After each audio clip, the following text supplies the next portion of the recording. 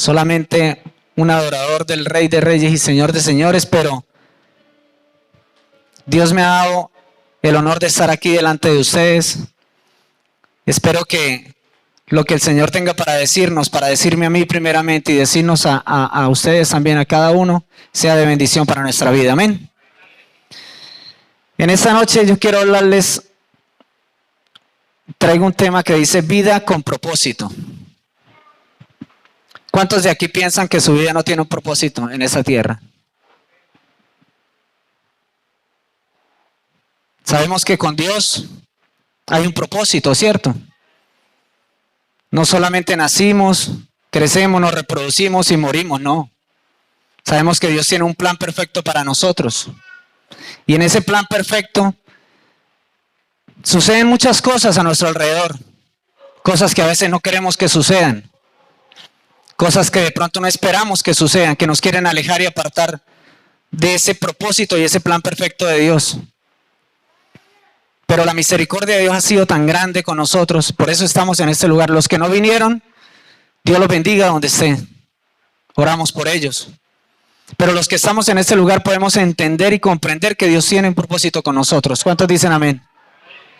Y en ese propósito perfecto tenemos que caminar día a día, iglesia.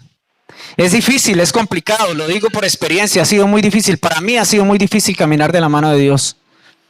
Me he dejado llevar de muchas cosas, emociones, traiciones del corazón, porque ustedes saben que el corazón lo traiciona a uno muchas veces. Pero a pesar de todo y de las circunstancias y lo que nos quiere alejar de Dios, doblamos rodillas. Y cuando doblamos rodillas, ¿qué hacemos? Estamos exaltando el nombre del Señor y diciéndole, doblando nuestras rodillas, que Él es nuestro Dios, que Él es soberano y que Él puede cambiar y transformar las cosas. Amén. Vida con propósito. Voy a pedir la multimedia que me coloque 2 de Timoteo 1:9. Estuve estudiando, solamente traje 3 versículos en esta noche, para no alargarme mucho y no se me queden dormidos. 2 de Timoteo 1:9 dice, quien nos salvó y llamó con todo llamamiento santo, no conforme a nuestras obras, sino según el propósito suyo y la gracia que nos fue dada en Cristo Jesús antes de los tiempos de los siglos. Amén. Mire esto que dice acá al comienzo, quien nos salvó, Jesucristo. Amén. Y nos llamó con llamamiento santo, no conforme a nuestras obras. ¿Ustedes creen que si fuera por nuestras obras Él nos hubiera llamado? Nos hubiera desaparecido de una, ¿sí o no? Un rayo y ¡tra! Chao al amigo. No es por nuestras obras, sino por la gracia y la misericordia de Él. Es por su amor. La gracia de Dios que entregó a su Hijo en la cruz por nosotros, que era el lugar que nosotros deberíamos ocupar en vez de Él. Sigue diciendo, sino según el propósito suyo y la gracia que nos fue dada en Cristo Jesús, antes de los tiempos de los siglos. Cuando yo pienso en esto y analizo esta cuestión de que antes de la fundación del mundo, antes de yo estar en el vientre de mi madre, Dios ya tenía un propósito conmigo, es algo que me estremece, porque cuántos miles de millones de personas sabemos en este mundo. Y Dios es tan poderoso y tan soberano que con cada uno de nosotros ya tenía un plan y un propósito. ¿Sabe que yo pensaba hace muchos años, hace mucho tiempo, tenía un pensamiento algo torcido sobre la gente que realmente estaba creada para adorar a Dios y debería estar en este mundo, y la gente que estaba como de relleno? ¿Usted no se ha puesto a pensar eso? Hay veces uno ve personas que hacen tanto mal, que hacen tantas cosas que están fuera del orden de Dios. Y yo pensaba que había mucha gente que estaba de relleno en este mundo y eran muy pocos. Ya casi me metía a los testigos de Jehová, que solo los 144,000 se iban a salvar. Otro poquito y entro allá. Pero no. Y mire eso. Yo tenía ese pensamiento en mi mente. de que mucha gente estaba relleno. Y yo digo, o sea, viendo la palabra de Dios y estudiando la palabra de Dios, donde dice que antes de la fundación del mundo, desde antes que todo esto fuera creado, Dios ya tenía un plan y un propósito con nosotros. Eso es algo maravilloso, es increíble. ¿Quién lo puede hacer? Él. Porque si Él creó el sol, las estrellas, la luna, el universo, las galaxias, todo, Él tiene el poder de que todos nosotros, toda la creación del mundo, todos, le adoremos por siempre, que tenga un propósito con nosotros. Y quiero contarles un poco de mi testimonio. Siempre le pido a Dios tener la oportunidad algún día de estar en un altar y poderlo contar. Y aquí estoy. Así como muchos deseos que tuve cuando estaba más joven, más lindo, con pelo. Yo nací en el año de 1900.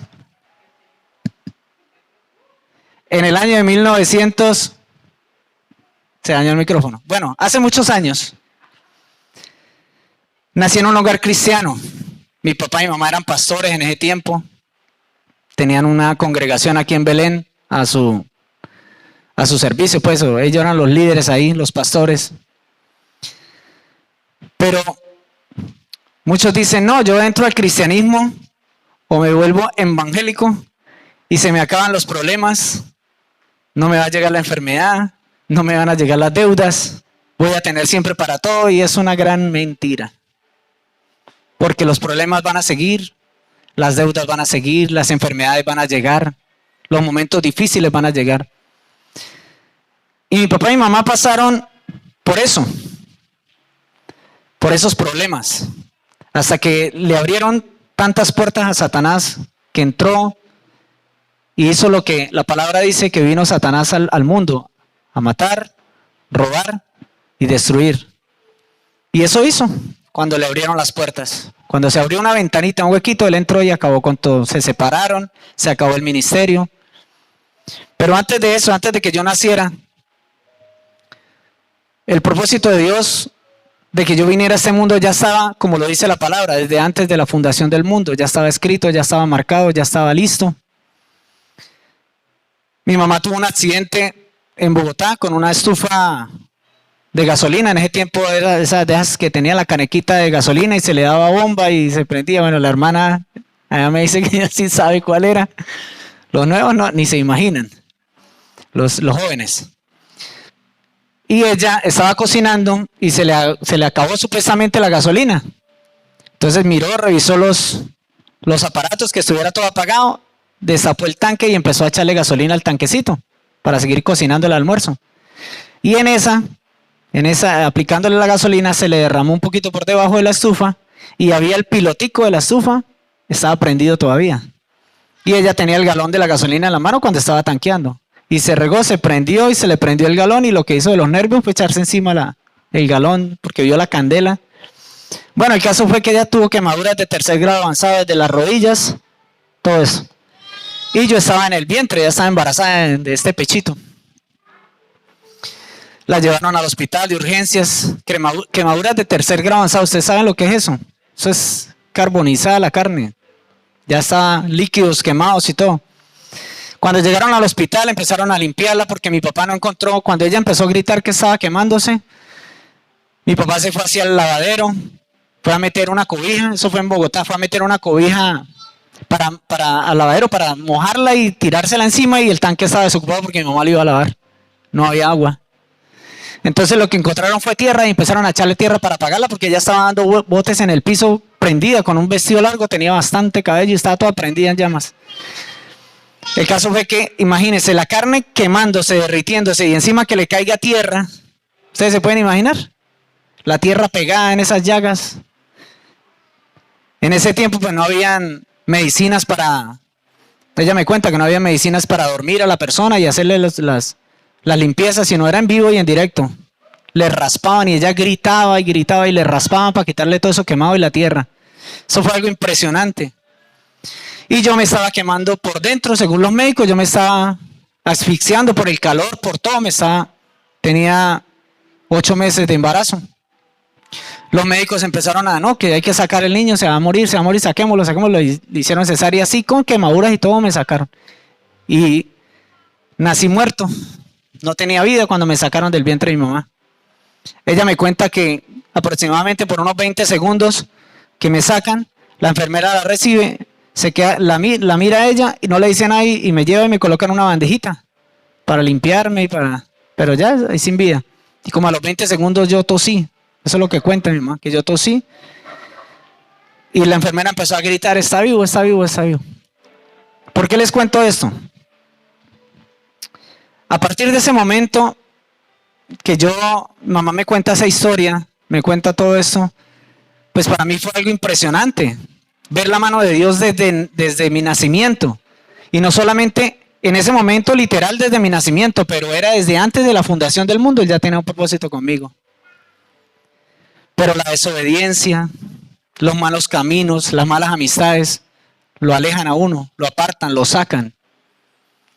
Después de la separación de ellos, todos nosotros pues no volvimos a la iglesia, mis hermanos todos nos abrimos, cada uno por su lado. Y yo caí en malas cosas, en el mundo, en malas situaciones.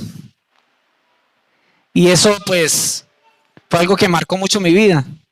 Pero a pesar de todo, de todas esas circunstancias, de todos esos procesos, de todas esas cosas que Dios me permitió vivir, estando en mi mundanidad, en mi pecado, en mi maldad, yo iba de vez en cuando a la iglesia. Una vez al año, una vez cada 6 meses, pero iba. Y cuando llegaba, siempre mi papá era el que me llevaba, aunque mi papá también estaba apartado, pero le seguía gustando la iglesia y también de vez en cuando iba. Entonces me llevaba, íbamos los dos y yo veía a los muchachos cantando. En ese tiempo había también un grupo de danza, que eran niñas de 15, en ese tiempo 16, 17 años. Y yo iba era por ver las danzarinas, por verlas y ver los muchachos. Pero eso era lo que de pronto Dios permitió que yo pasara para empezar a ir a la iglesia. De pronto un gusto, una atracción por algo. Pero siempre yo me veía allá. Yo veía a los músicos tocar, veía las canciones y yo decía, algún día voy a estar allá. En mi corazón yo los miraba y yo decía, algún día voy a estar allá. Y salía y llegaba el fin de semana y rumba y tomar y a los 6 meses volví atrás a la iglesia. Pero en mi corazón siempre estuvo ese deseo algún día de estar en un altar, en una iglesia. Vinieron más cosas, me metí no me da pena decirlo ni me da miedo. Me metí en una banda de ladrones, atracábamos supermercados en Bosa, en Bogotá. Teníamos todos esos supermercados súper cansados de nosotros. Dios me guardó con su misericordia. Me guardó de muchas cosas, muchas, de muerte.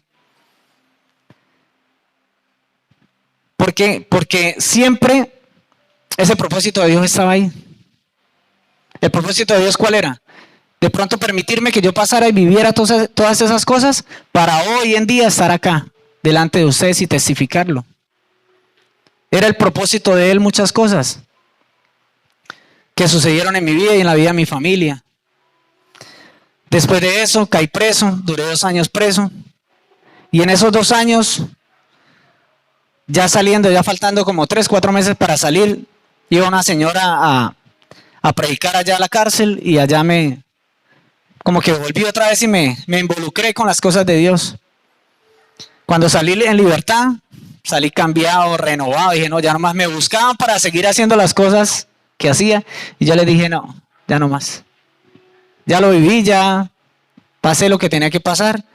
No me arrepiento tal vez de pronto de haber estado en ese lugar, en la cárcel, porque conocí gente importante. Aunque ustedes no lo crean, allá hay gente importante, hay gente inocente. Conocí casos que en la calle no lo hubiera podido conocer.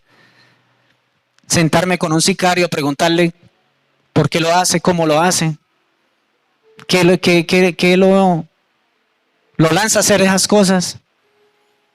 Conocí a alguien muy importante en ese tiempo, digámoslo así entre comillas, ¿no?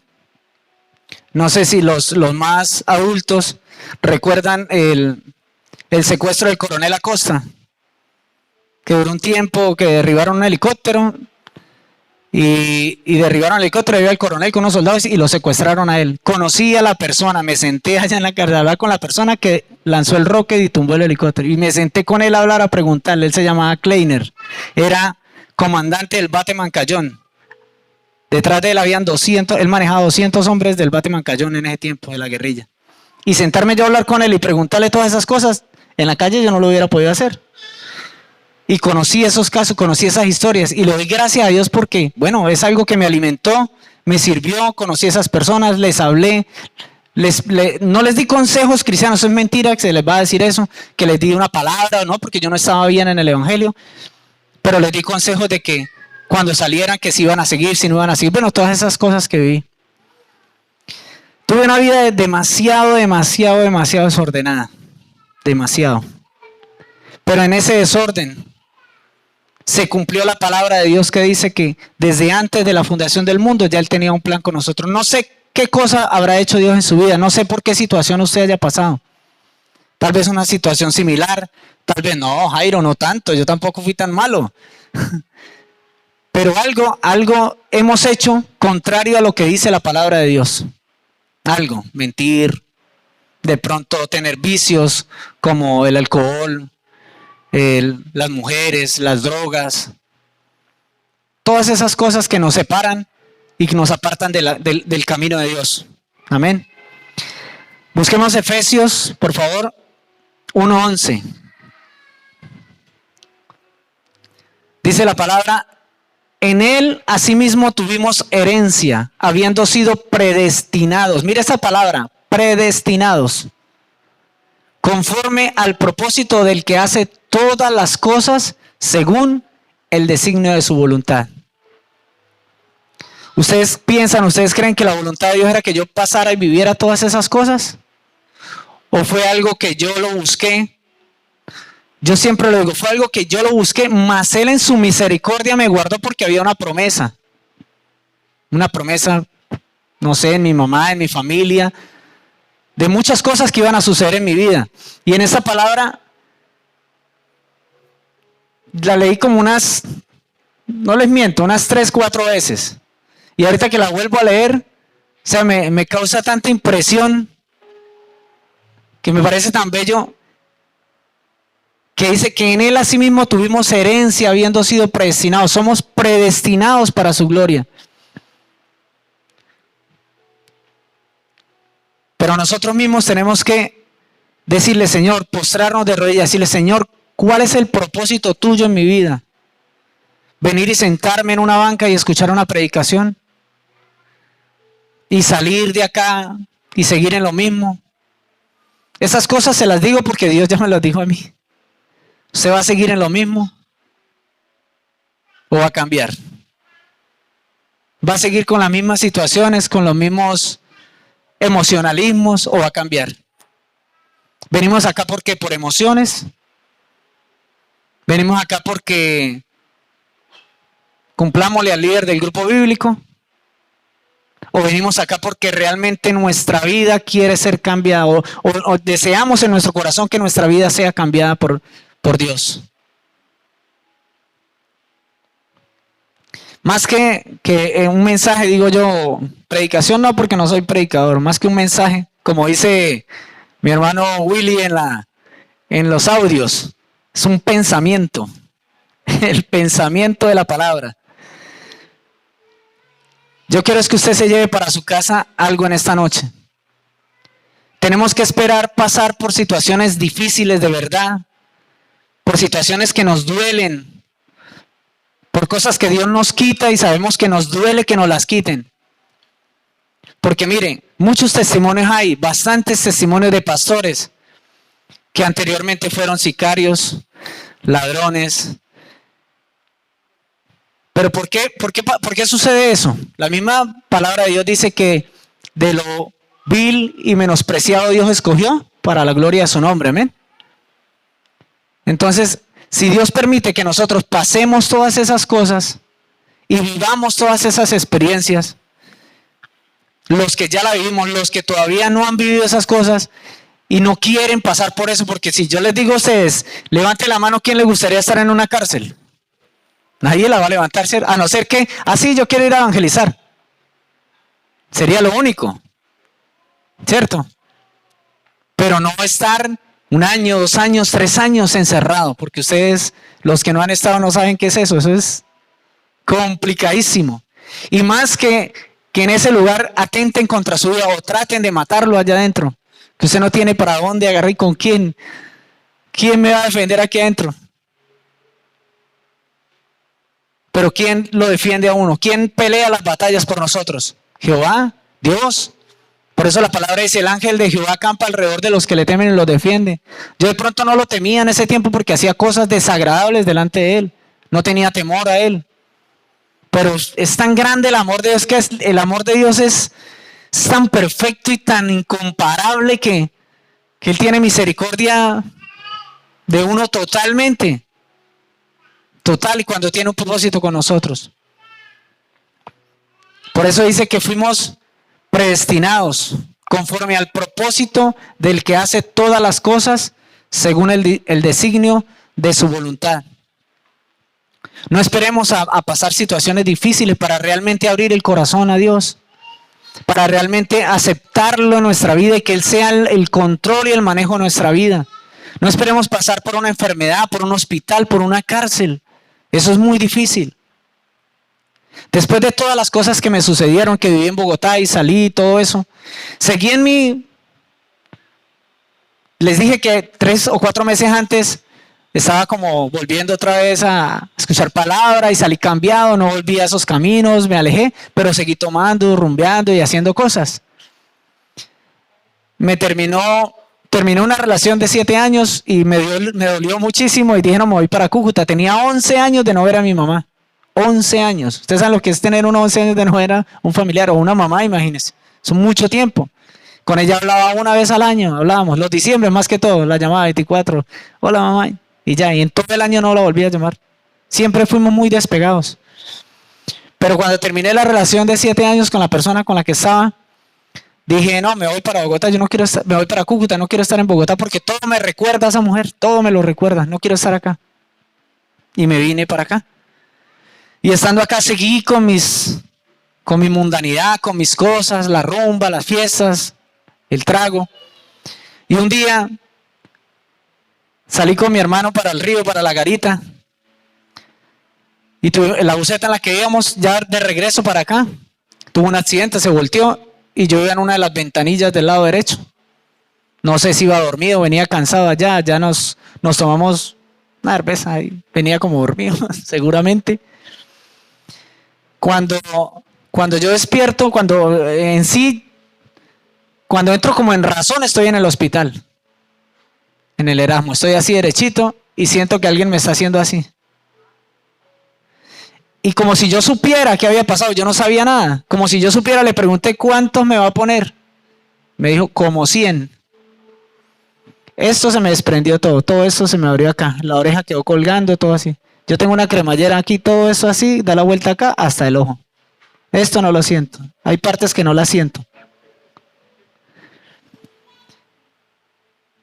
Este hombro se estalló porque la buseta se volteó y se fue arrastrando. Y yo iba en la ventanilla, pues claro, yo iba arrastrando tierra, vidrios, todo.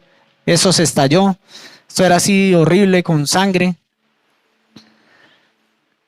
Cuando despiertan al hospital y bueno, para la gloria y la misericordia de Dios todavía estaba vivo. Muchas cosas vinieron a mi mente, muchas. Del pasado, de todo lo que Dios ha hecho conmigo, con mi familia. Pero me recuperé y seguí tomando. Me iba a tomar y a seguir rumbeando con un apósito acá tapándome eso y con todos los puntos aquí y así me iba a tomar. O sea, yo hoy en día lo pienso y lo analizo y digo, era necio, terco. O sea, Dios me estaba llamando y me estaba dando oportunidades y yo seguía y seguía hasta que un día estamos en la casa de mi mamá y tenemos un asado familiar y mi hermana se me acerca y me dice, Jairo, necesito hablar con usted. Y yo estaba tomando ahí con mi hermano y me fui para el cuarto con ella y me dice, mire, yo tuve un sueño con Dios y el Señor me dijo que esta era la última oportunidad que le daba. O cambiaba o lo cortaba, pero que ya no más. Eso para mí fue, no les digo que cambié, no, al otro día, aleluya, gloria a Dios, ya estaba metido en el nuevo. Fue un proceso. Pero un día me levanté y le dije, Señor, yo no quiero seguir más con esto, no quiero seguir siendo más el mismo, yo quiero cambiar. quiero hacer algo. Siempre me ha gustado la música, fui bailarín en Bogotá. La música siempre la he tenido desde pequeño la música. Siempre me ha gustado. Y lo que yo les digo, el deseo que yo tuve en mi corazón estando en mi adolescencia, cuando entraba a esa iglesia, era, en mi corazón lo decía, algún día voy a estar allá. Y Dios escuchó ese deseo en mi corazón. Y hoy en día, ¿qué está haciendo? Está cumpliendo el deseo de mi corazón. Estar frente a una iglesia. Tener el honor o el placer o la oportunidad de poderles venir a contar esto. Que es bastante duro. Yo sé que de pronto no me van a mirar igual. Uy, Jairo estuvo preso. Uy, no, pilas con Evan. O que no vaya a la casa. Pero el Señor dice que nosotros no debemos callar, debemos confesar sus testimonios, las cosas, los cambios que Él hace en nuestra vida, amén. Y yo sé que si yo les dijera, José o Franklin, venga, cueste su testimonio, va a tener algo importante también para contar. Porque no solo conmigo Dios ha hecho cosas. Yo sé que con la mayoría de ustedes también Dios ha hecho cosas. Pero en su misericordia infinita, estamos acá. En su misericordia infinita tenemos oportunidad. Siempre lo he dicho, mientras haya vida, hay oportunidad.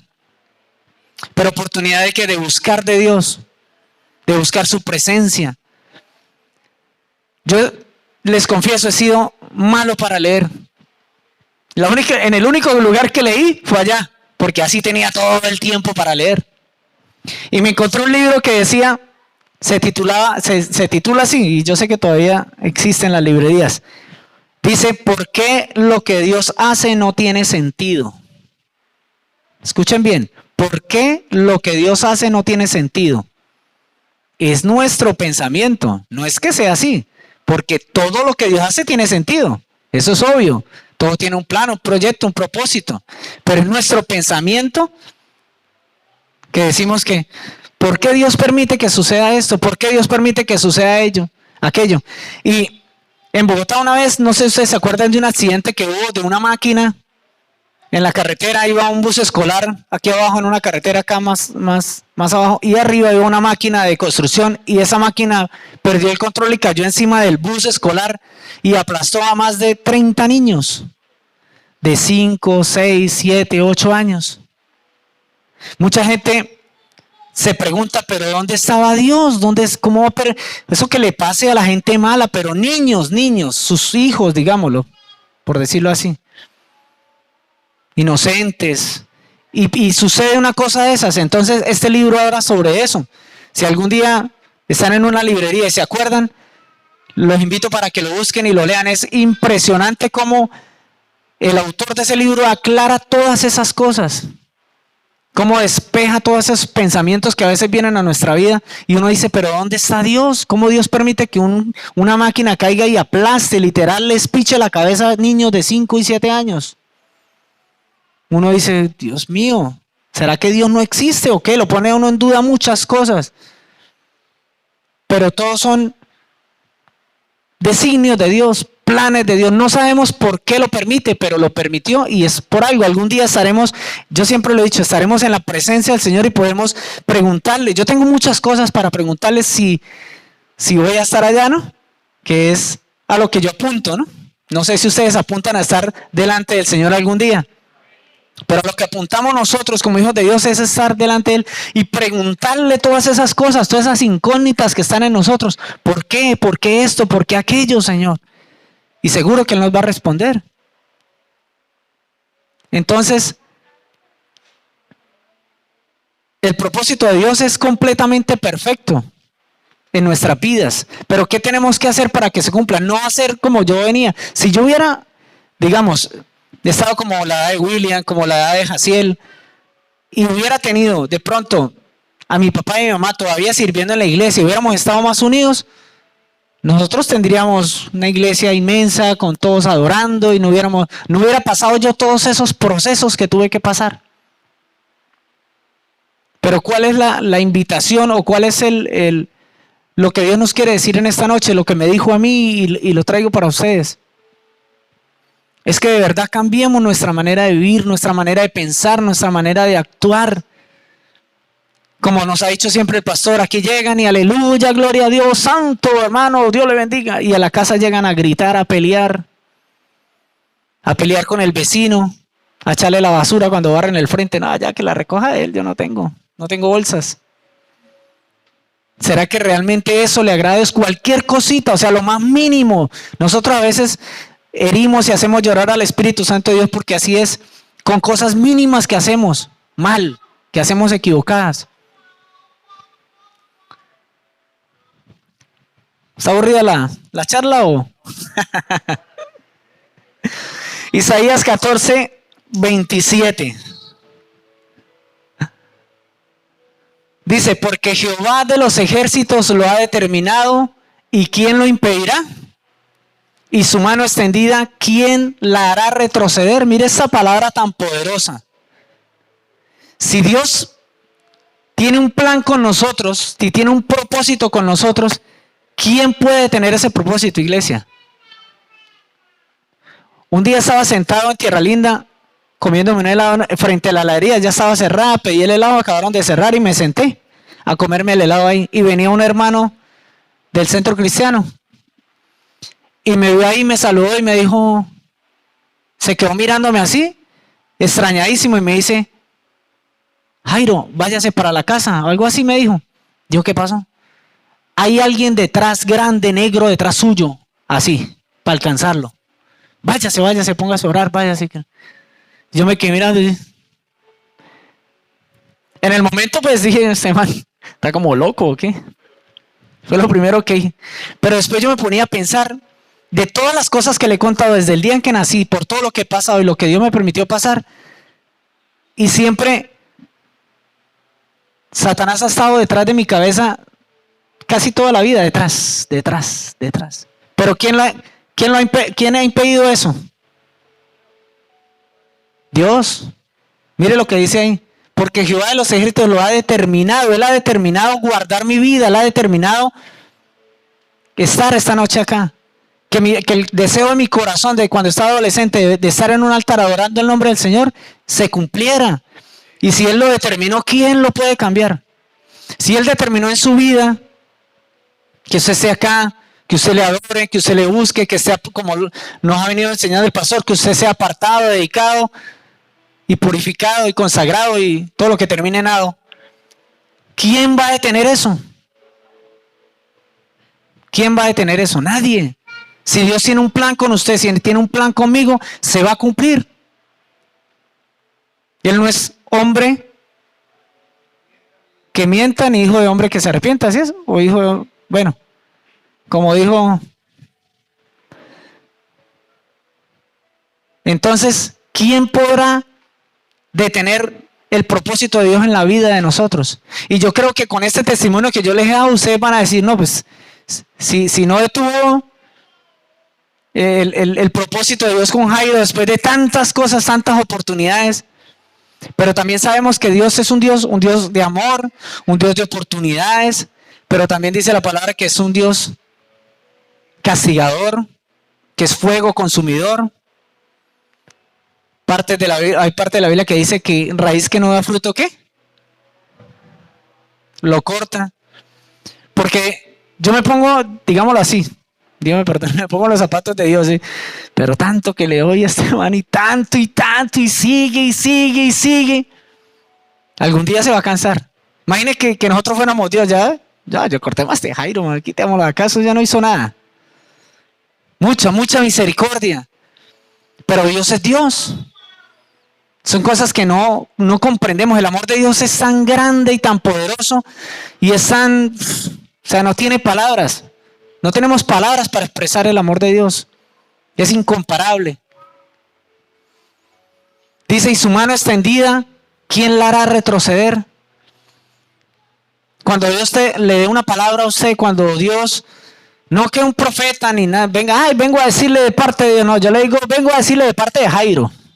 Esto, lo que les dije hoy. Dios me lo puso en mi boca, lo puso en mi corazón y lo estoy haciendo.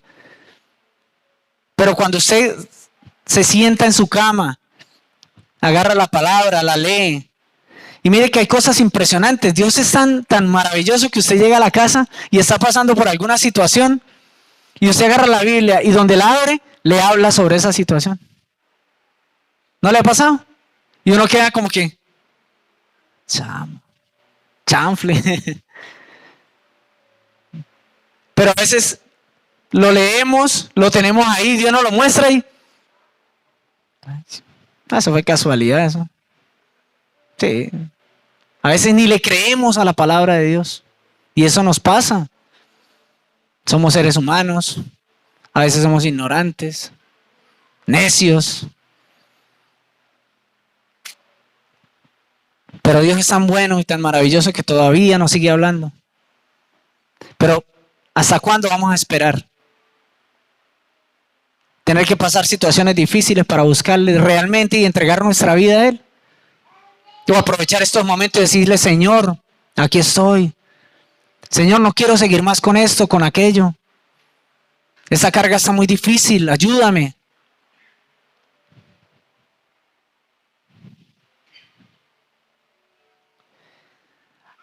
Hay una canción que se llama Razón de Vivir, de Dani Berríos. Es bastante nueva. Salió como cuando yo tenía como 15 años más o menos. Hace como 15. Y es una canción que a mí me toca muchísimo. Y yo sé que a usted también lo va a tocar en esta noche. Porque es una canción donde a veces expresamos de que, o sea, ¿qué sería de nosotros si Él realmente no estuviera con nosotros? Si su mano extendida no estuviera extendida hacia nosotros, protegiéndonos y guardándonos.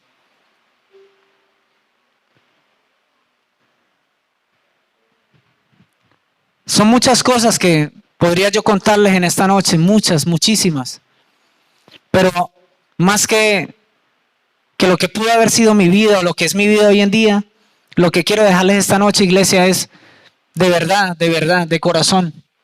Busquemos a Dios de corazón de verdad. No sigamos siendo de apariencia, de máscaras, porque es muy complicado vivir de apariencias, es muy complicado. Y usted sabe, hay un dicho que dice que el que se viste con lo ajeno en la calle lo desvisten.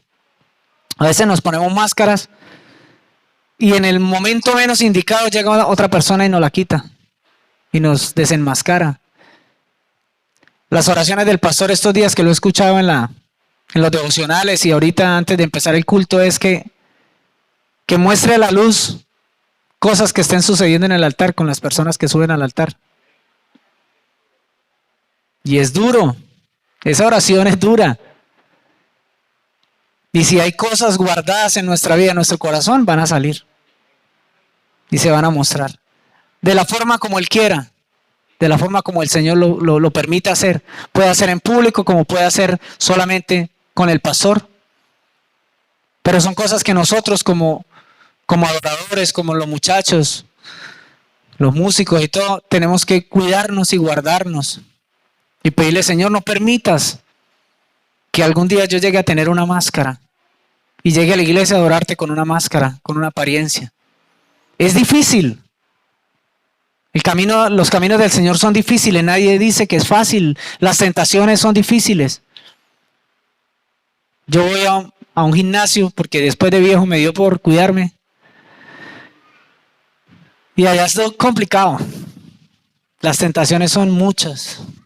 Pero cuando uno está fundamentado, cuando uno está de verdad en la roca que es Cristo, uno puede vencer esas tentaciones y puede soportar esas tentaciones. Nada es difícil para Dios ni para los que creemos en Dios. Amén. Vida con propósito. Busquemos y pidámosle a Dios, Señor, ¿cuál es el propósito que tú tienes? Porque esta vida es pasajera. Hoy estamos aquí, mañana no sabemos. No sé si yo le conté al pastor algo, no recuerdo, de un ayudante que yo tenía y le dio una maluquera en el cuello y después se le durmió una pierna, después la otra y se murió. Y yo qué, ¿cómo así? Sabemos que la vida es pasajera, que la vida eso es Un abrir y cerrar de ojos el día que Dios nos llame a su presencia. ¿Qué podemos hacer mientras eso sucede? Buscar a Dios de verdad, de corazón y abrirle nuestra vida a Él. La vida es un regalo maravilloso de Dios. Ahorita que estaba, antes de venir, fui al gimnasio un ratico, estaba terminando la rutina de ejercicios y el gimnasio queda en la alcaldía, abajo en patios en la alcaldía, la nueva, y la entrada del gimnasio da con la entrada de la iglesia de ahí de la alcaldía, la iglesia católica. Y yo terminé mi rutina y me recosté así en una máquina y me puse a mirar hacia afuera y había un velorio. Iban a meter a un señor que estaban velando y lo iban a meter y había un poco de gente llorando y yo veía secando las lágrimas y yo decía, qué contraste